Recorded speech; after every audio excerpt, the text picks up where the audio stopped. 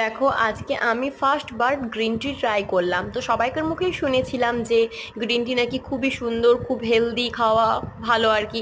তো আমারও সেই জন্য খুব এক্সাইটেড হয়েছিলাম, আমিও যে খাবো খাবো, একদিন বানাবো চা করে গ্রিন টির।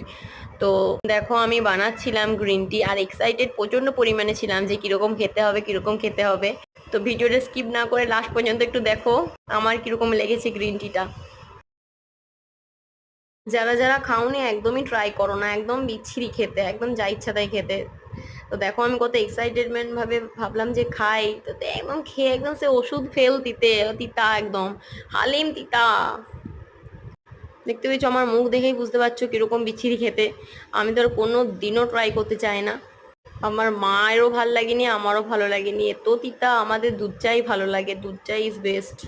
আমাদের গ্রিন টি চলবে না। ভালো লাগছে না একদম খেতে, একদম মুখটাই খারাপ হয়ে গেল। কত ভালোভাবে বললাম খাবো খাবো খাবো, একটা আশা করেছিলাম, এত বিচ্ছিরি খেতে লাইফে কোনোদিনও খাবো না। চলো, তোমাদের কার কার গ্রিন টি খেতে ভালো লাগে না সেটা আমাকে কমেন্ট করো।